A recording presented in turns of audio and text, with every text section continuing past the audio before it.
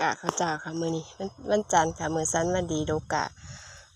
2 มื้อแล้วค่ะวันพุธจึงเป็นมื้อปักดำของเฮา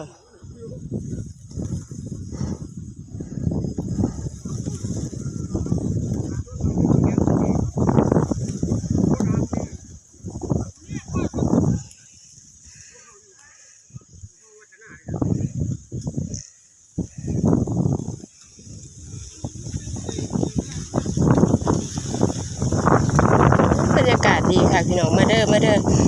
ไผหวางมาซอยเซาไอ้บ้านหน้าแน่ดกกะค่ะเดี๋ยวสิต้มไก่สู้กินค่ะมาค่ะกะดกง่ายกะข้าวเจ้าค่ะข้าวเจ้ามะลิครบ1 เดือนพอดีเลยวันนี้นะคะ1 เดือนเต็มค่ะ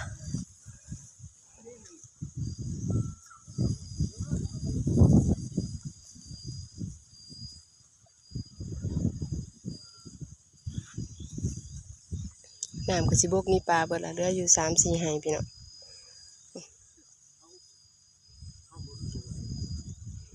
ลมโชยบรรยากาศดกกาเฮามื้อนี้สบายเลยค่ะบ่ได้เร่งรีบใช่น้อยๆนี่เอาบ่มีดอกตอนนั้นจนบกเนาะหาปลาตัวหนึ่งก็บ่มีตั้งเลยบ่โอ้โตทอกกะแบบนัก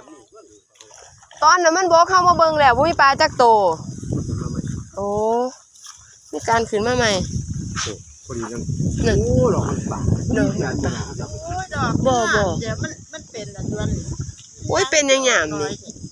อะดอกมันป่ายังไงนี่ไงห้อยนี่ตัวนี่พอแล้วห้องคนเราจะนำมันเปียกอ๋อนั่นไงใบอันนั้นน่ะใบที่ตัดออกนั่นโอ้ดอกงามเลยนี่ใบอีหยังน่ะเปิ้งเชิงกินน้ำบ่ทันตัดเลยนี่บ่ทันตัดกินน้ำดอกมันงาม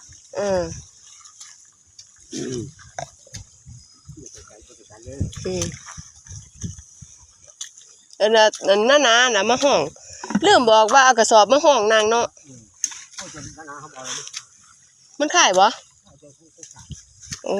เย็นแท้จะกินน้ำเย็นไปได้บ่โอ้บอกคือกันเนาะอันพ่อนว่ามันเย็นโพดฮะวันนี้บ่สิ้นเฮา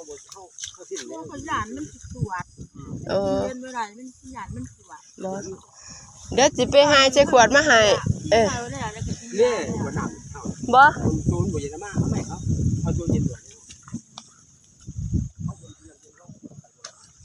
บ่บ่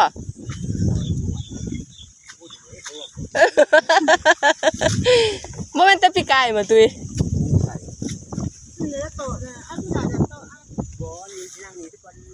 นั่งพันยาสูบซะก่อนเข้าชิวๆได้นั่นเข้าห้องท้องไว้เพราะแห้งปิ้งจ้อยน่ะ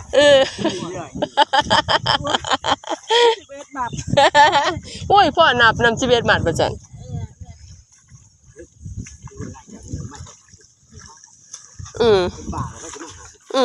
เอาลูกไปเข้าห้องคุมบัดนี้กินเข้ามาบ้านคาอยู่ก็ตกอย่างนี้ตกอยู่จริงๆเลยว่าตกอย่างอยู่โอ้ย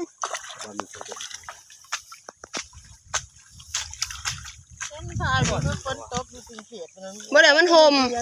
บ่เป็นหยังมันห่มแล้วนี่มันทีแข็งกันนี่โอ้ยเฮ้ยเขาอย่าเอาหลายเนาะเอาเท่าได้เส้น2 เส้นเฮาเจ๊นี่ต้องระดับแซ่บในเจ๊เก่าอ่อนเจ๊กะเจ๊จะได้เจ๊เดียวกันโอ้แซ่บอุ้ยประมาจารย์เฮ็ดแบบบ่เห็นมีคิวเลยที่มันโปรดบ่